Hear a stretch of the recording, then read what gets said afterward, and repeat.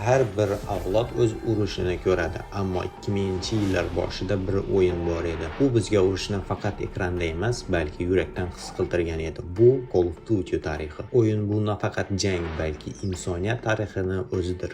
Dunyoda video o'yinlar endigina shakllanayotgan 2000-yillar boshida ko'pchilik o'yinlar fantastika, sport yoki sarguzasht janrida edi. Ammo bir studiya, Infinity Ward, butun yo'nalishni o'zgartirib yubordi. Ular o'yinchilarning haqiqiy Ikkinchi jahon urushini askarlarning ko'zlari orqali his qilish imkonini bermoqchi edi. Shunday qilib 2003-yilda Call of Duty nomli yangi o'yin dunyoga keldi. Birinchi o'yin PC uchun chiqqan. Unda siz 3 ta tomon, Amerika, Britaniya va Sovet ittifoqi askarlari sifatida jang qilasiz. O'yin realist edi. O'lim birdan kelar, o'q zaxirasi kam, hamrohlar esa tirik odamday harakatlanar edi. O'sha paytda bu yangilik edi. Ilgari bunday darajada immersiya hech kimda yo'q edi. O'yin nafaqat muvaffaqiyat qozondi, balki yil o'yini unvonini oldi va harbiy shooter janrini tubdan o'zgartirdi. Ikkinchi qism allaqachon Xbox 360 va PC uchun chiqdi. Grafikasi, portlashlar, butun effektlari hammasi yangi texnologiyada edi. Bu safar o'yinchilar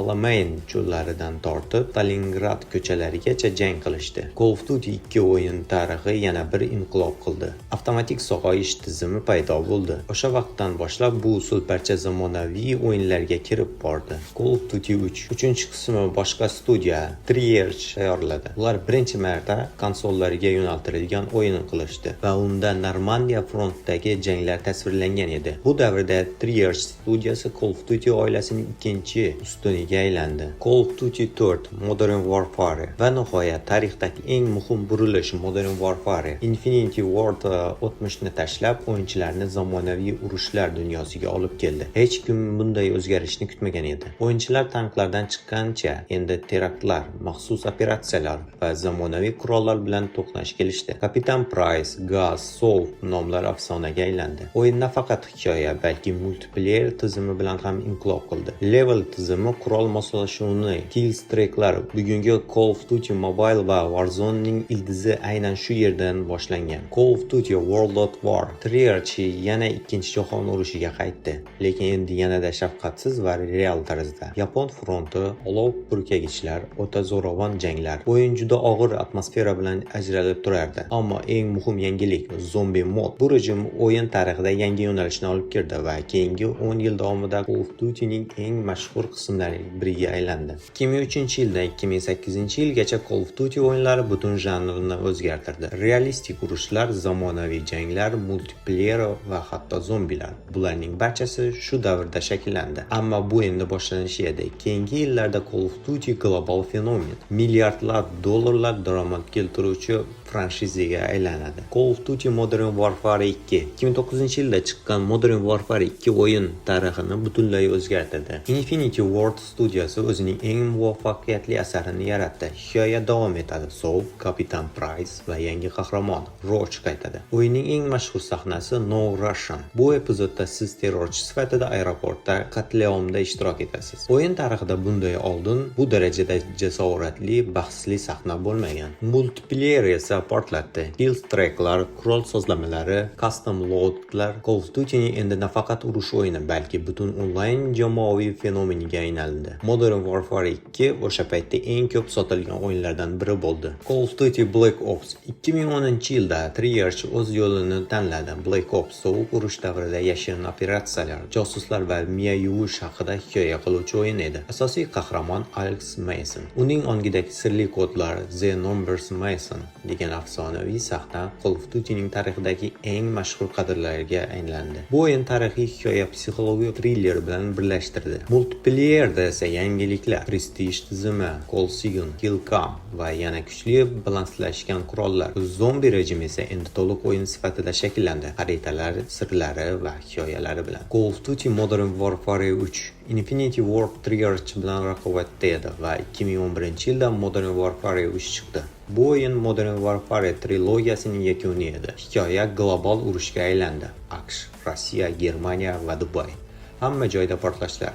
So'pa Price uchun bu o'yin urushning so'nggi boblari edi. O'yin yakunida Price Makarovni o'ldiradi va shu bilan butun trilogiya tugaydi. Bu paytda Call of Duty brendi eng yuqori cho'qqiga chiqdi. 24 soatda $400 million dan ortiq sotuv. Call of Duty Black Ops 2. Treyarch bu safar zamonaviy davrga o'tdi. Black Ops 2 Call of Duty tarixida birinchi bo'lib kelajak texnologiyalari va tanlov tizimini joriy qildi. O'yinchilar tanlovlarga qarab hikoya yakunini o'zgartirdi. Bu yangilik edi. Bosh yovuz Raul Menendez o'yin tarixidagi eng esda qolarli antagonistlardan biri. Kompaniya o'tgan va kelajakdagi voqealarni aralashtirib ikki davriga bog'ladi. Multiplayerda esa dronlar, lazer qurollar va Pick-on tizimi bu Call of Duty'ni strategik qildi. Call of Duty Ghost Infinity Ward yangi yo'l sinab ko'rdi. Ghost bu o'yinni yangi qahramonlar va yangi urushlar haqida hikoya edi. Asosiy mavzu oilaviy sadoqat va vatan himoyasi. Lekin ko'pchilik bu o'yinni Modern Warfare 2 yoki Black Ops darajasida ko'rmadi. Shunga qaramay, o'yindagi texnik yutuqlar, yangi dvigatel, yangi fizika keyingi Call of Duty'lar uchun asos bo'ldi. Call of Duty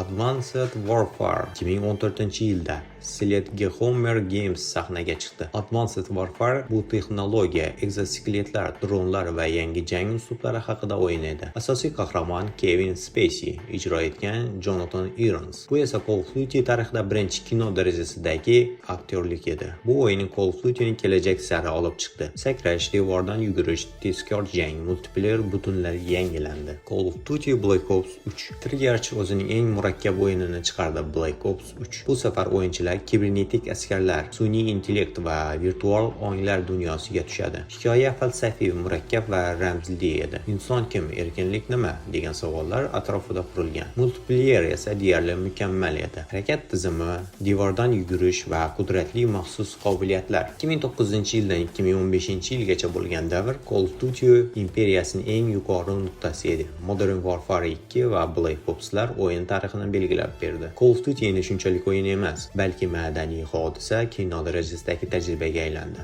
Ammo oldinda Call of Duty'ni yangi sinovlar kutardi. Kosmos, parallel olamlar va qaytish ildizlariga. 2016-yil Call of Duty tarixidagi eng bahsli davrlardan biri. Infinity Ward o'yinchilarni urushdan ham uzoqroqqa yubordi. Call of Duty Infinity Warfare 2016-yil Call of Duty tarixidagi eng bahsli davrlardan biri.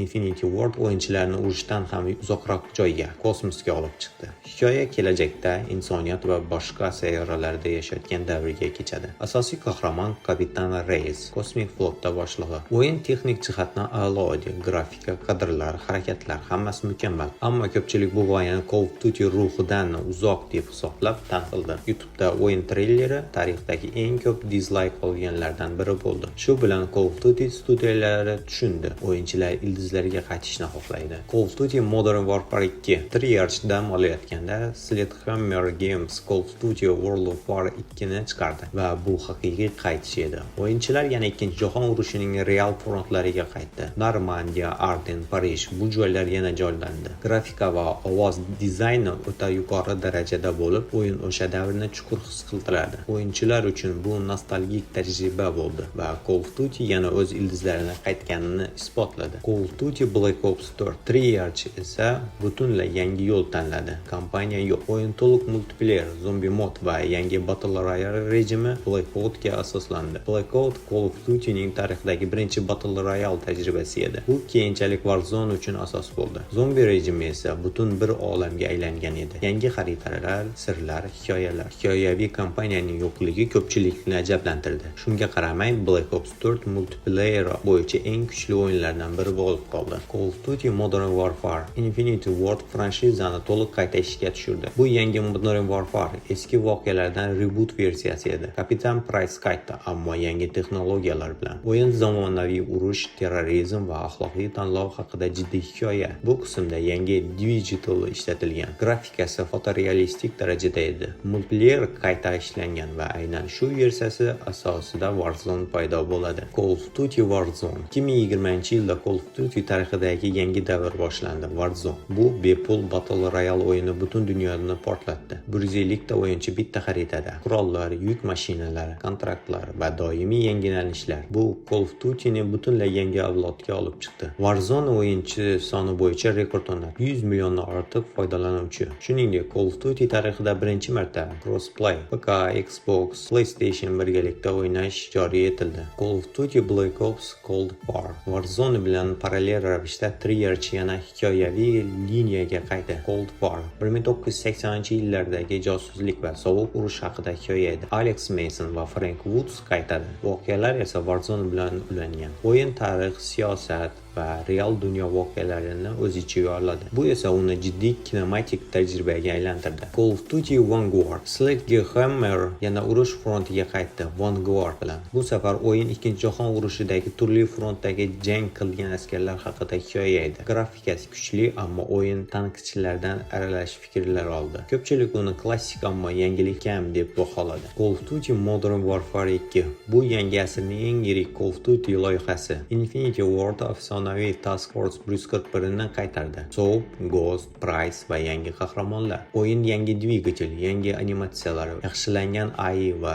zamonaviy harbiy texnologiyalar bilan to'la edi. Multiplayer ham, hikoya ham mukammal balansga ega bo'ldi. Bu o'yin butun franshizani yangi poydevoriga o'tkazdi. Warzone 2 aynan shu asosda yaratildi. Call of Duty Warzone 2 va Modern Warfare 3. Warzone 2 yangi xaritalar, yangi tizimlar va DMZ rejimi bilan chiqdi. Ammo ba'zi o'yinchilar eski Warzone'ni sog'inishdi. Shunga qaramay, Call of Duty endi uzluksiz rivojlanadigan ekotizimga aylandi. 2023-yilda esa Modern Warfare 3 chiqdi. Price va Makarovning yangi to'qnashuvi. Kompaniya endi dinamatik missiyalar, kinematik sahnalar va eski xaritalarning remasterlari bilan boyitilgan edi. Va albatta, Call of Duty tarixidagi eng muhim yangiliklardan biri Call of Duty Mobile. Bu o'yin Call of Duty'ni millionlab yangi o'yinchilariga tanitdi. Yuqori grafikaga ega har xil modlar, Battle Royale, Multiplayer, Ranked va har yili yangi mavsumlar bilan yangilanadi. Call of Duty Mobile nafaqat mobil o'yin, balki to'liq professional e-sport sahnasiga ega. 2025-yilda ham u Call of Duty brendining eng faol va eng ko'p o'ylanayotgan qismi bo'lib qolmoqda. 2016-yildan 2025-yilgacha Call of Duty tajriba qildi. Kosmos, kelajak, mexanika ildizlariga qaytdi. World of War